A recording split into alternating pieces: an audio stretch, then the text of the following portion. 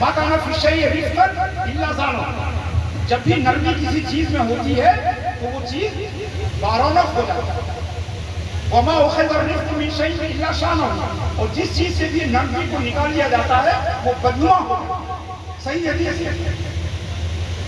آخر ہمیں یہ کیوں نہیں یاد آتا اپنے تعامل کے وقت، لوگوں سے بات چیت کرتے وقت، لوگوں سے معاملات کرتے وقت؟ یعنی آپ تصور کیجئے، ہماری طرح کے ہمارے زمانے کے عالموں میں سے ایک عالم ہارون رشید کے دربار میں گھسے اور چیخ چیخ کر تقریر کرنے لگے کہ آپ کے یہاں یہ غلط ہو رہا ہے، آپ کی حکومت میں یہ حرام ہو رہا ہے، آپ کے یہاں یہ کام غلط ہو رہا ہے، آپ بالکل پرواہ نہیں کرتے ہیں، آپ خلافت کے لائق نہیں ہیں، اور زور زور سے چیخنے لگے.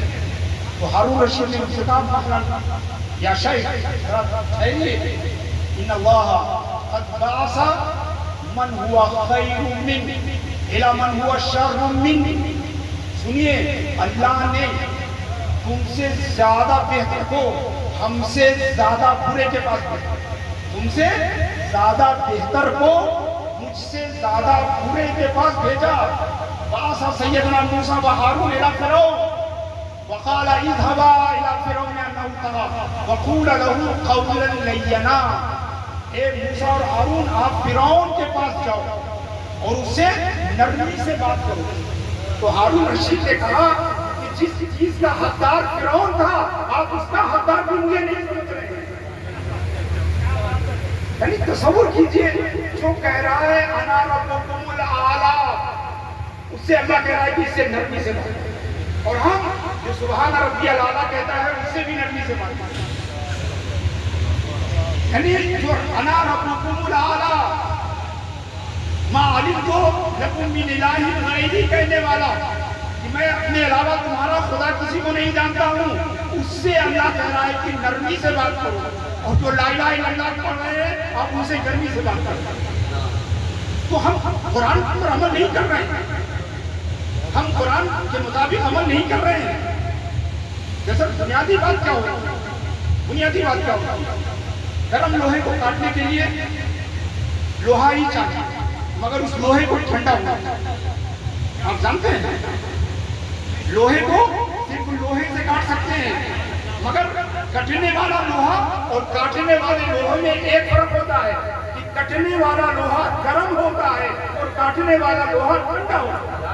کیا بات کہنی، کیا بات. آپ سمجھیے، اگر آپ کٹنا چاہ رہے ہیں جیسے کٹتے چلے آ رہے ہیں، مجھے کچھ چھپانے کی ضرورت نہیں ہے. آپ سمجھیے، اسٹیج پہ میں شاذ و نادر ہی نظر آتا، لہٰذا مجھے کچھ چھپانے. اگر آپ چاہتے ہیں کہ جس طرح کٹتے چلے آ رہے ہیں پچھلے 100 سال سے آئندہ بھی اسی طرح کٹتے رہیے تو اپنی گرمیاں برقرار رکھیے. لیکن اگر آپ چاہتے ہیں کہ کٹنے سے بچیے، لوٹیے قرآن کی تعلیم کی طرف. وَقُولُوا لِلنَّاسِ حُسْنًا، لوگوں سے نرمی سے.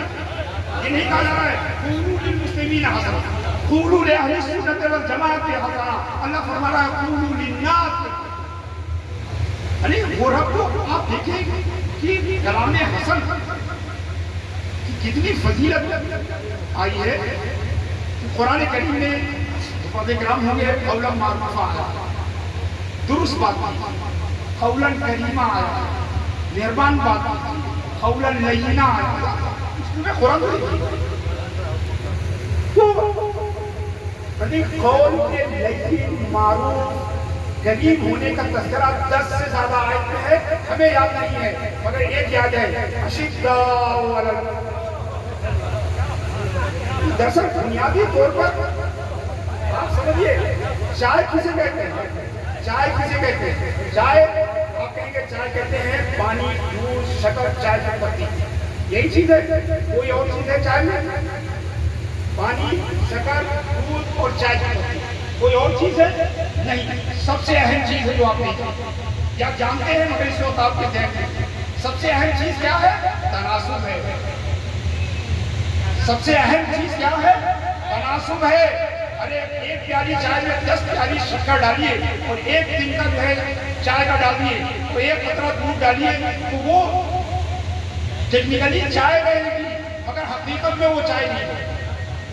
اس لیے کہ چائے جبھی چائے کہلاتی ہے کہ جب یہ چاروں چیزیں ایک خاص اسپیسیفک بیلنس اور ایک سرٹن تناسب سے ڈالی جائیں تبھی چائے کہلاتی ہے. ایک دانہ شکر کا ڈال دیجیے، ایک قطرہ دودھ ڈال دیجیے، ایک چائے کی پتی ڈال دیجیے، چائے نہیں کہہ دیں گے. چاروں عناصر موجود ہیں، چاروں عناصر موجود ہیں، مگر مجموعہ چائے نہیں ہے کیونکہ تناسب جو ہے وہ غائب ہے. تو دراصل ہمارے پاس سب چیز ہے اہل سنت کے پاس، جو غائب ہے وہ تناسب ہے. ہمارے پاس سب کچھ ہے، عقیدہ ہے، عمل ہے، عبادتیں ہیں، عیادتیں ہیں، نسبتیں ہیں، سب کچھ ہے، مگر جو کچھ بھی ہے وہ غیر متناسب. نتیجہ اس کا فائدہ نہیں مل رہا، اس کا فائدہ نہیں مل رہا ہے.